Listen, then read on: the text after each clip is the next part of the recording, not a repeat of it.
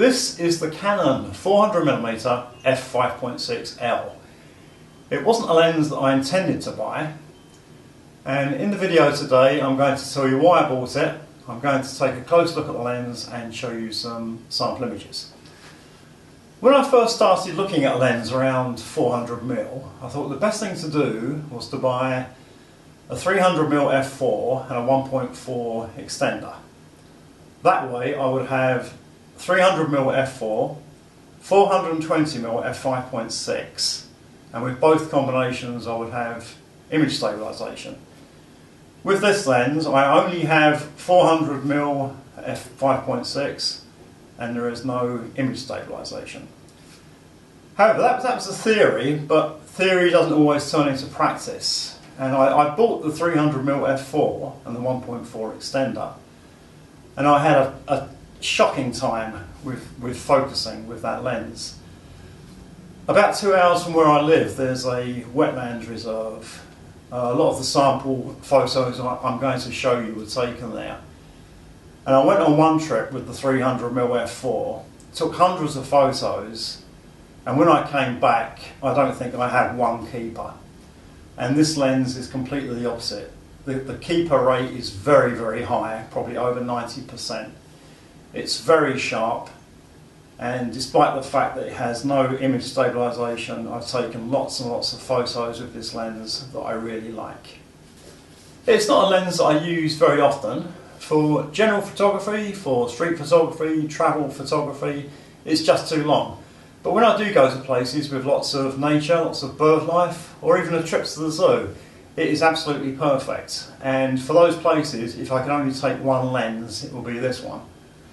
So let's start by taking a closer look at the Canon EF 400mm f5.6L. The overall length of the lens is 257mm and the maximum diameter is 90mm. The filter size is 77mm. The weight is 2.8 pounds or 1,250 grams. It's not too bad to carry around, and it's certainly a lot smaller and lighter than Canon's big f2.8 or f4 lenses. The lens has a built-in lens hood, and there is also a tripod collar. When I bought my Canon EF 70-200 f4 LIS, there was no tripod collar. And if I want to buy one from Canon, it will set me back about $165. With the EF400, it's really important to have the tripod collar. What you don't want to do is to put the camera on a tripod and have the lens just hanging on the front of the camera, because it will put a lot of stress on the lens mount. Inside the lens there are 8 diaphragm blades, and as you'll see later when I show you some sample images, the bokeh is actually quite pleasing. The closest focusing distance is 3.5 meters, which is quite long, and although the lens has a lot of magnification, it's not a lens I would recommend for macro work. If you wanted to, you could decrease the closest focusing distance by adding some extension tubes, but it's not really a good idea. If you do want to do macro work, I suggest either buying a purpose-built macro lens, or even using something like the Canon EF 85mm f1.8. That works very well with extension tubes, and I've taken some very good macro photos with that combination. The lens has a minimum aperture of f32, and it can be used with the 1.4 times extender. With that combination you get a focal length of 560mm and a maximum aperture of f8. Whether you can autofocus or not depends on your body. With my old 40D I couldn't autofocus because it would only autofocus up to f5.6, but I can autofocus with my EOS M6. The autofocus mechanism uses a ring type ultrasonic motor, and I've always found the autofocus accuracy to be excellent and the autofocus speed to be sufficient. There's a small switch on the lens that allows you to switch between focus ranges. You can choose between 3.5 meters to infinity and 8.5 meters to infinity, and that switch actually makes quite a bit of difference to your autofocus speed. Also on the lens there's a small switch between autofocus and manual focus, and there's a distance gauge. The Canon EF 400mm f5.6L sells for about $1,200 in the States, but because the States is about the cheapest country to buy camera equipment, if you live elsewhere you'll probably have to pay more. Now on to image quality, but when doing lens reviews for YouTube this gives me something of a dilemma. YouTube is a video platform, and when people go onto YouTube they expect to see video and not still images. When I did my review for the Canon FD 300mm lens, I was very conscious of this, and I tried to use the lens to do a video and not show you still images. But it didn't work out very well, and some people left comments letting me know that it didn't work out very well. So I'm not going to do it with this lens. For this lens I'm just going to show you some still images. I think it's the best way to do it. Let me know what you think in the comments.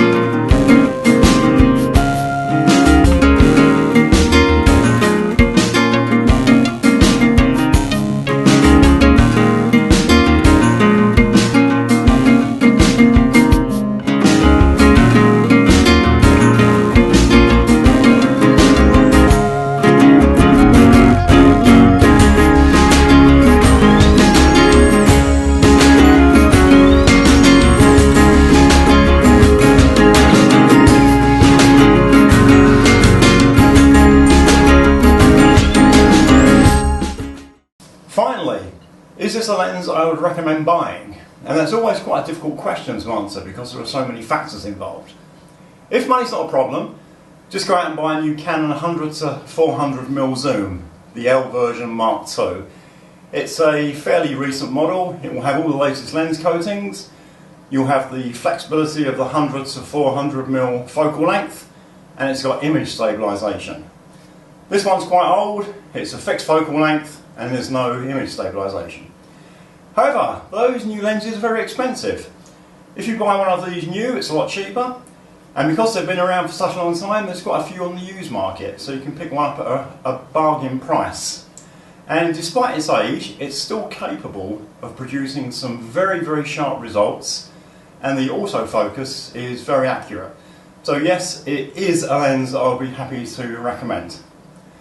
Well, I hope you found this useful. Thanks for watching. If you did find it useful, please subscribe to my channel and come back soon for some more videos.